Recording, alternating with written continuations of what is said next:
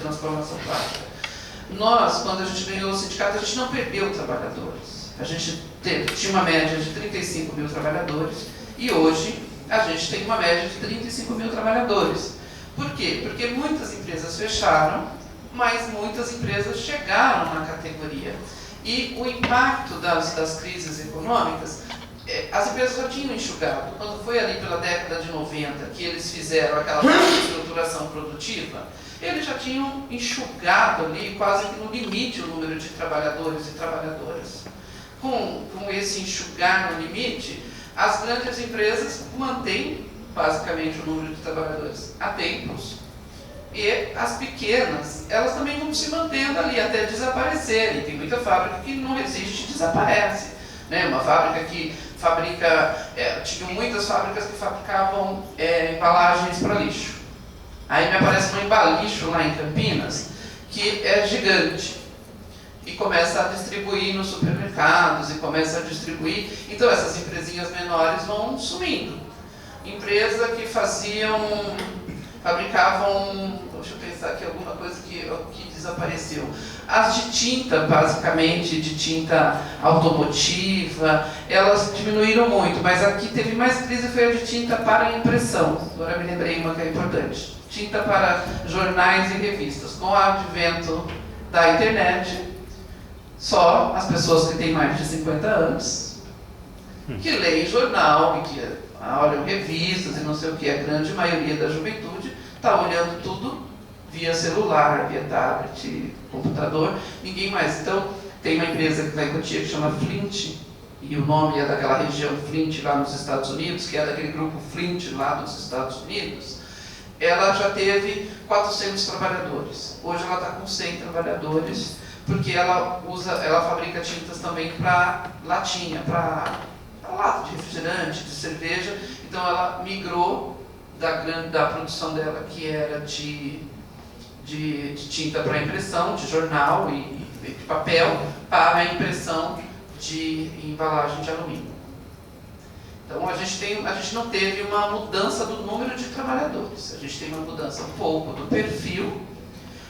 Durante a década, entre 2005, 2006 até 2013, 2014, a gente tinha uma entrada muito grande de jovens nas empresas, porque eram jovens que estavam estudando, fazendo faculdade, lembra que começou o FIES, começou o ProUni. Então, esses jovens estavam fazendo faculdade e estavam trabalhando ali e tinham aquele emprego como uma coisa provisória.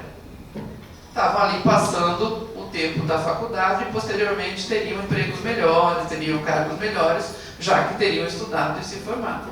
Isso só vale para advogado, então não precisa ficar triste não, porque para os outros que não estudaram direito, fizeram outros cursos, estão aí trabalhando de Uber, né? Não tem emprego para todo mundo. Mas naquela época, o perfil da nossa categoria, a gente fez um censo, tanto Osasco quanto Campinas, e com censo, inclusive, não foi um censo, foi uma pesquisa mesmo para levantar algumas questões, e a média da nossa categoria era de 35 anos. Hoje, se a gente olhar, a média vai ser um pouco maior, 40, 45 anos, porque diminuiu muito o salário. Não é um setor atrativo, né, do ponto de vista salarial. O piso, eu brinco que eu não negociei mais, então eu não sei, mas o piso dos químicos está 2.300 e dos farmacêuticos 2.500.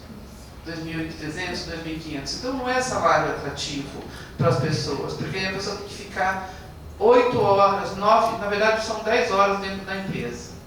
Ela leva mais 2 horas de trânsito, de qualquer lugar que ela vai se deslocar, 2 horas de trânsito para chegar no local de trabalho, 10 horas dentro daquela empresa, mais 2 horas para retornar para casa, aquelas 10 horas que ela passa dentro da empresa.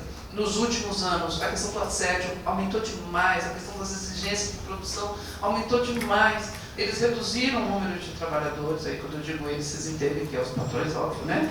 Os patrões reduziram o número de trabalhadores e aumentou as exigências por produção. As máquinas que chegaram no Brasil com a reestruturação produtiva, elas continuam sendo as mesmas, pouquíssimas. O pessoal fala assim, a indústria 4.0. Na indústria química não existe 4.0. A indústria química é uma indústria padrão. Ela pode ter uma máquina com um pouquinho mais de tecnologia, com controle numérico. Acho que o estágio máximo deles foi como é que ele chama? Controle numérico CNC. Alguém sabe aí o que significa o CNC? É controle numérico de alguma coisa. Mas não tem muita tecnologia, porque é um processo manual. Já viram uma fábrica de perfume? Como é? A fábrica de perfume, vou pensar na fábrica de creme ou batom, mas a de perfume a lógica é a mesma. Então tem lá o espaço onde eles fazem, o frasco lá, o grandão, o frasco, o bag, onde eles fazem as misturas. Aquilo é distribuído numa linha, vai chegar nos frasquinhos. Esses frasquinhos foram colocados por alguém, ou então ele vem de uma máquina aqui, vai chegar numa esteira e vai encher. Alguém tem que tirar esse frasquinho, colocar vamos pensar num perfume lá, aqueles que é spray assim. Essência? Hã? A essência? Não, o perfume mesmo, porque o frasquinho, porque ele encheu o frasco de perfume, aí alguém vai pôr uma tampinha aqui, alguém vai pôr outra tampinha aqui, alguém vai pôr na embalagem, alguém vai pôr na caixa, vai pegar aquela caixa e vai. É tudo manual. Não tem tecnologia para fazer isso. Na indústria farmacêutica também, você já viu na televisão, né? Vai vir aquele monte de produto, vem aquele blister lá que vai encher, aí vem o outro que tampa, mas alguém tem que pegar aquilo ali e ver toda a parte legal, de informação legal. É mão, é ser humano. E eles querem com muita força, com muita velocidade. Mais e mais e mais e mais e mais. Então, a pessoa não quer ficar dentro de uma fábrica. Eu não ia querer, porque eu estou liberada da fábrica há bastante tempo. Mas eu não ia querer mais ficar dentro da fábrica levando. Eu também sou da área de laboratório. Mas quem é de uma fábrica, quem é da área de produção, eu já trabalhei na área de produção, não vai querer se submeter. Qualquer coisa é melhor que aquilo. Até ficar em pé na porta de uma loja, chamando o cliente, é melhor do que ficar ali naquele espaço, que é opressor, que a pessoa não tem como sair dali. Então, acho que um dos problemas maiores que a gente tem vivido na categoria foi o jovem saiu, tem poucos jovens. Quem está ficando lá são as pessoas mais velhas, que tem medo de sair. É a minha turma, que quer carteira registrada, né? Meus filhos, eu tenho 3 filhos, um de 30, um de 27 e um de 24. Nenhum trabalha registrado. Quando meu filho de 30 resolveu sair do serviço registrado dele, eu chorei. Ele falou, mãe, não é meu sonho, eu não quero isso. Entendeu? Porque a juventude não está pensando em carteira registrada, em direito e não sei o quê. Então, essas pessoas não ficam. E aí temos esse perfil da categoria, que para mim está muito combinado, o salário e o tipo de trabalho. Quem suporta aquele tipo de trabalho são pessoas com muita... O pessoal gosta de usar a palavra resiliência, mas não é resiliência não. É com muita necessidade. Em cima do que você está me dizendo, e diferente do que a gente andou acompanhando nas outras palestras de outras entidades sindicais, eu percebo que a sua categoria, a sua base sindical ainda é muito grande. A gente teve experiências aqui, eu acho que dos ferroviários, que eles falaram que saíram de uma população de 120 mil trabalhadores e hoje estão na casa dos 10 mil apenas.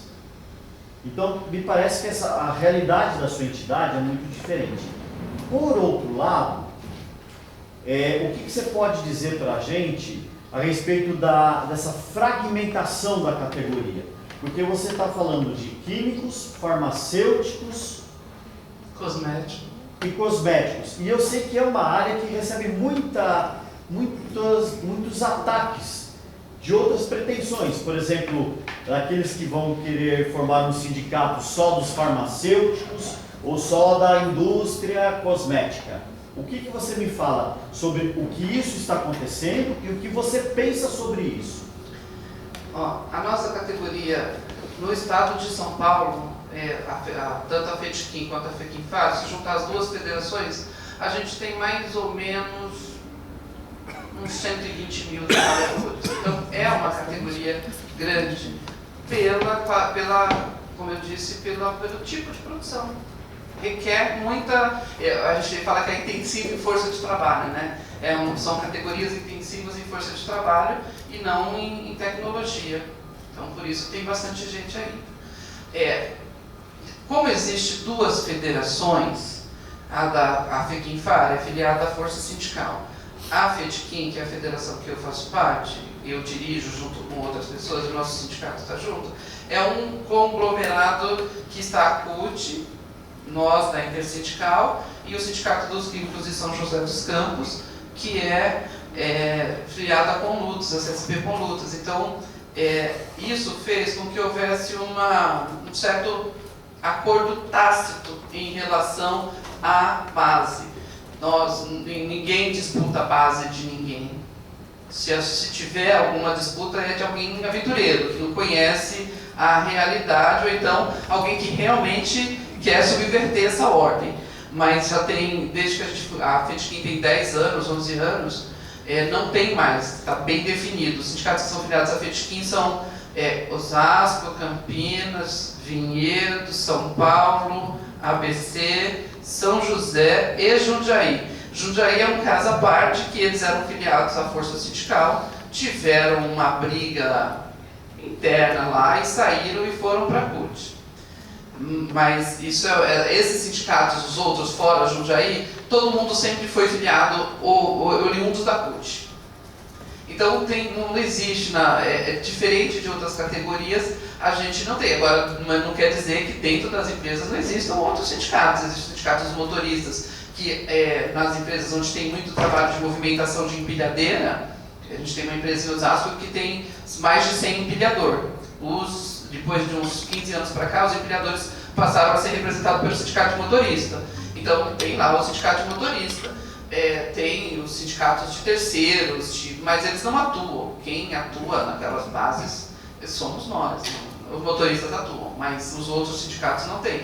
Então, tem vários sindicatos dentro da empresa, conforme sempre existiu, mas na nossa base, essa divisão de alguém entrar e tomar espaço, então vamos lá fundar os sindicatos farmacêuticos de Barueri ou de Itapevi. Itapevi é onde tem mais. Santana do Parnaíba e Itapevi é onde tem mais. Não vão, porque o sindicato também tem uma base política muito forte. A gente tem trabalhadores associados dos sindicatos, tem uma presença na empresa o tempo inteiro. A gente negocia PLR lá, a gente entrega o material, nós ainda somos aqueles, como eu disse, nós somos que compra tinta da frente ainda, porque a gente faz jornal impresso. A cada 15 dias, um mês, a gente vai na empresa levar o jornal do sindicato com alguma informação. Então, a gente tem uma atuação política bastante forte na base, que de certa forma também inibe essa divisão. E nunca apareceu. De alguma forma, a minha leitura é por causa dessa divisão tácita. A Força Sindical fica lá, os outros sindicatos ficam para cá. Nós somos 7 sindicatos e representamos 70% da categoria química no estado, porque está aqui tudo na Grande São Paulo. A Força Sindical tem 36 sindicatos, mas eles representam 30%, porque eles estão lá no interior, e no interior tem pouquíssimas empresas grandes, né? As maiores deles estão ali em Guarulhos, que é aqui do lado, e Santos, que é o polo, que também acaba fazendo até uma negociação à parte. O Sindicato dos Químicos de Santos nem faz uma negociação junto. A nossa database dos químicos é 1º de novembro, que é químicos, plásticos, farmacêuticos, explosivo, abrasivo, fertilizante, lubrificante e tudo, e dos farmacêuticos em 1º de abril.